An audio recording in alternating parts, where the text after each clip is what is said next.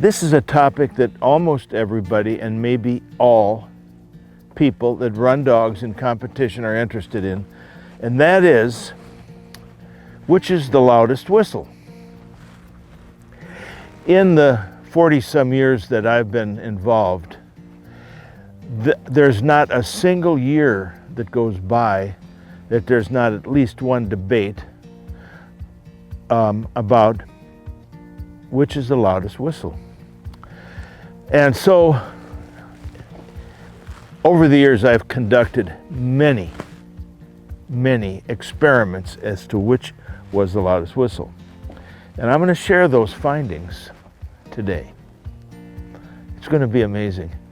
But I will tell you, it is the most unscientific study probably that there's ever been done.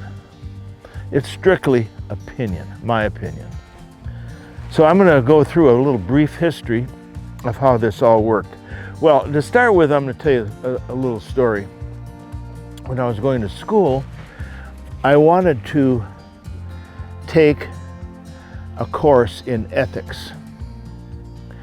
And you couldn't take ethics because you had to take a requirement course in front of that, which was logic. So if you wanted to take ethics, you had to take a semester of logic first. Well, I wanted to skip that. So I went to the professor and said, you know, I like to take ethics, but I really don't want to take logic, because logic is so logical that I think I'd be pretty good at it without even taking the course. He said, oh yeah, well, I'll tell you what, I'm going to give you the syllabus and some reference material, and I'll let you take the exam, and if you pass the exam, you can take ethics without ever going to class in logic. I said, well, let's do that. So I did. I got A+ on the exam, and I could go right into ethics. So I'm trying to say that I know something about logic, okay? So now back to the concept of whistles. When we first started out, or when I did, we had the original Roy Gagne clear-colored whistle. That was one of the whistles you could get. And the other one was the Acme Thunderer, which was a bigger whistle, kind of, we call it a police whistle now. And you could get those in chrome and whatnot, but almost everybody used the Roy Gagne clear whistle with a P in it. Well, that P was made out of cork. And so they were basically all different. So people, especially professional trainers, would buy a couple dozen of them and go through them all, because what you were trying to do was find a whistle where the P was really clear and rounded without any pock marks in it or whatever. So there was an excuse to do that. Then somebody had the bright idea, I don't know if it was Roy Gagne or somebody else, but to put a cone around that whistle so that sound would project out. So, and that was a black whistle with a cone on it, and that also had a P in it. So people had bought a whole bunch of those and tested them, finding the one that had the best cork P in it. Well, then the next step was to say, well, let's just take the P out. And so people started, and they changed the color from black to orange. It was prettier anyway. So everybody was then using what we call a Roy Gagne P-less whistle. And looked like this. Everybody had them.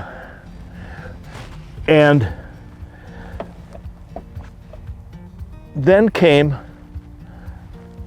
the big whistles, the big, I call them the big honkers. And maybe it was called the Green Monster. And everybody had a Green Monster. But they were hard to blow, and it took a lot of air to blow them. So then there was a controversy, well, do you use the P-less Gagne whistle or the Green Monster? A lot of people thought the Green Monster was louder.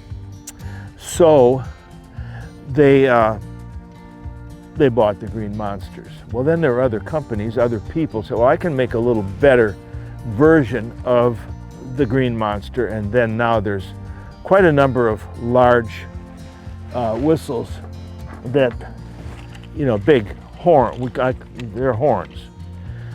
So you have the big horn group, and then you have the little horn P-less group. And there's a lot of discussion, controversy. Everybody's making these tests to see which is louder. So in just a minute, I'm going to give you the outcome that I came up with as to which is louder at distance. They're all good up close, right? Before I do that, though, I want to just mention, you know, I have a website, billhillmann.net, and on that website, I have what's called the library. That library's got a couple of hundred videos on all manner of topics, and this topic's going to be on there too, in the library. So there's no other place you can go and get a library like this. You can come up with anything. What's your problem? Casting, no-goes, stopping on the whistle, loopy sit, name anything. There's a video on my library that's going to help you to solve a problem if you have. So I want you to just check that out if you have time. So the other thing is, on my Patreon page, I'm starting what I think is just a beautiful study of the best trainers and judges that we have in America. And some are strictly voice without video, and some are video productions. Mostly they're video, which is my goal, but sometimes I just can't get that set up, so it's just a voice recording. But nonetheless, these are the top judges and the top trainers in America explaining what they think is important about judging or what they think is important about training. And I'm sort of asking questions that I think you'd want to ask if you were there.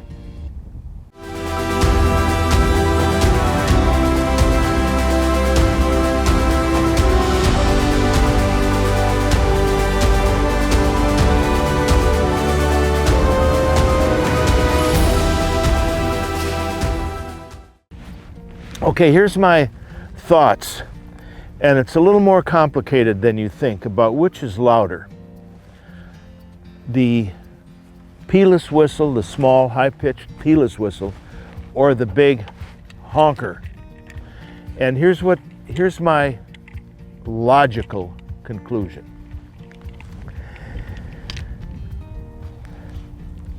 People say dogs can hear higher pitches than people can, and that's true. They can hear high pitches better than humans.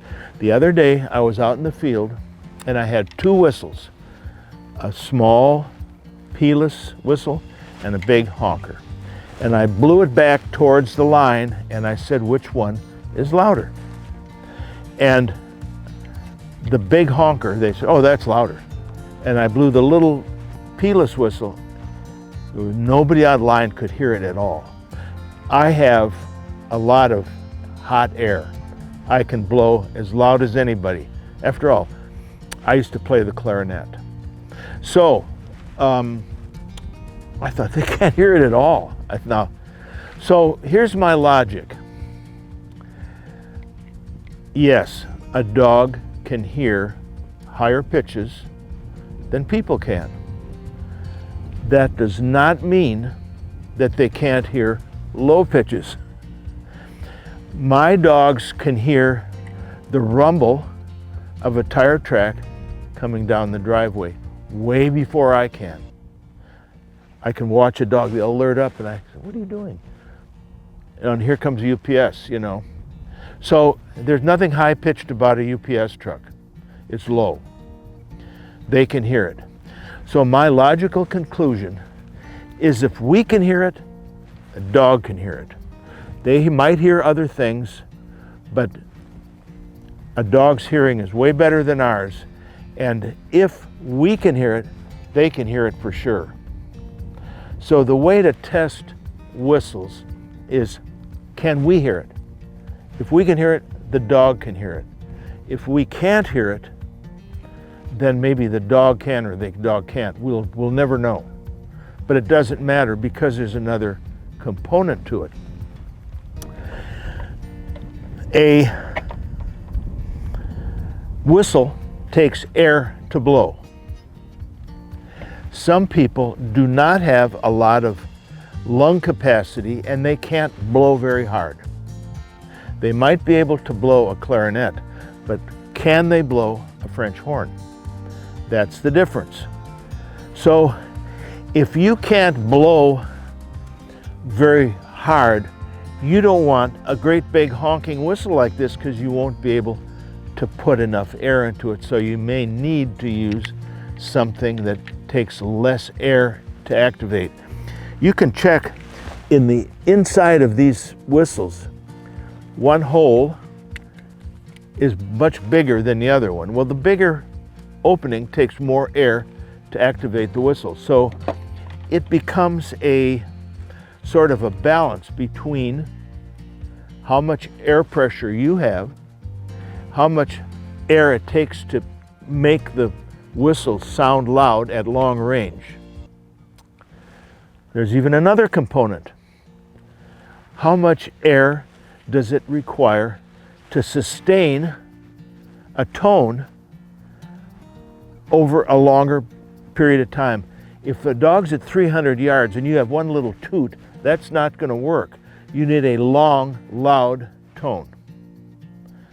And I have heard people blow the big whistles and it goes twee. They don't have the pressure to sustain that note for a very long period of time. They may be better off with a higher pitched whistle that takes less air. So what you have to do if you want the loudest whistle is you have to conduct your own test. And step one is which one is easier for you to blow. Not what does somebody else say. If you're blowing these whistles, which one do you gravitate towards? Which one is easier for you? And then the next question is, which one can you sustain that tone for a longer period of time? That's the next thing you have to know. Then you have to consider another very important fact is how much air did you expend and how quickly can you reload that whistle? How quickly can you blow another whistle in case you have to go tweet, tweet right away? And some people cannot do that on these big whistles that take a lot of air.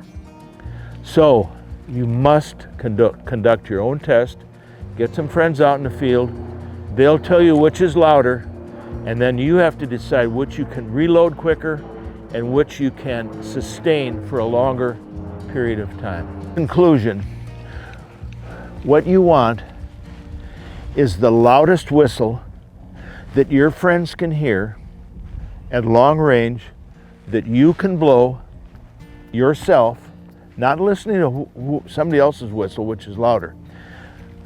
If there's 10 different large whistles available, they're all fairly similar. Some are a little louder than others. It doesn't matter to the dog.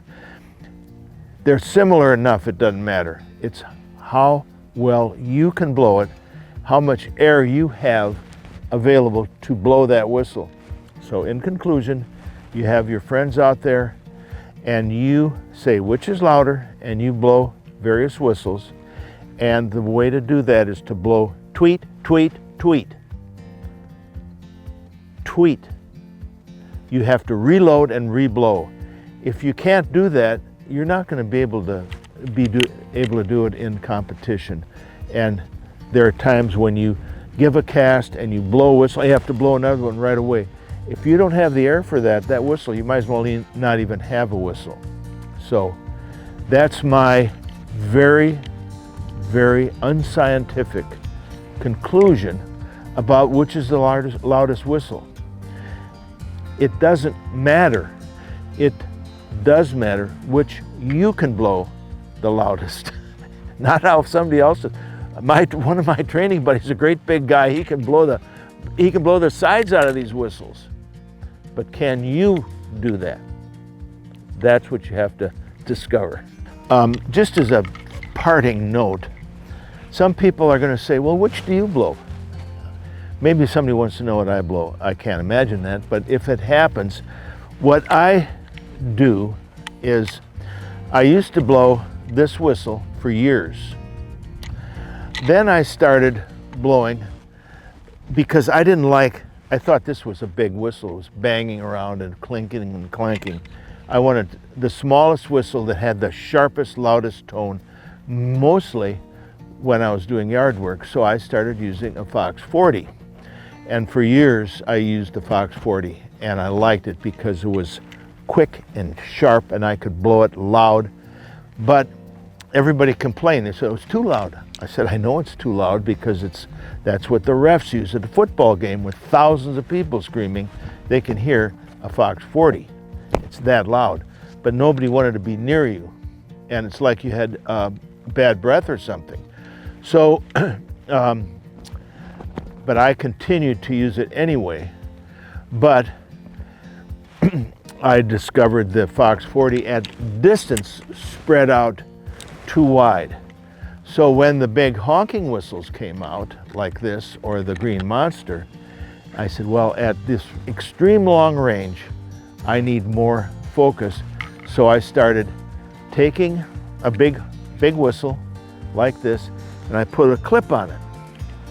And I take that clip and I put it here.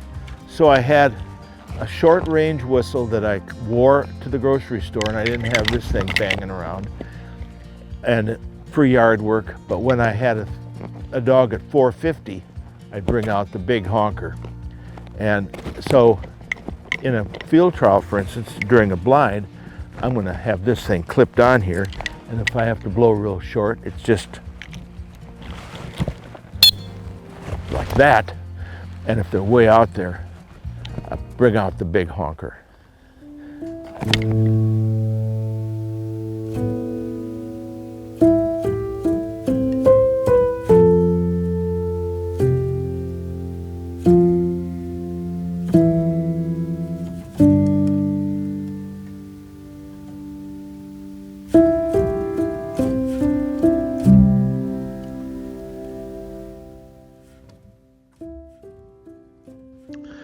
These things I have spoken to you while being present with you. But the Helper, the Holy Spirit, whom the Father will send in my name, he will teach you all things and bring to your remembrance all things that I have said to you. Peace I leave with you. My peace I give to you. Not as the world gives do I give to you. Let not your heart be troubled, neither let it be afraid.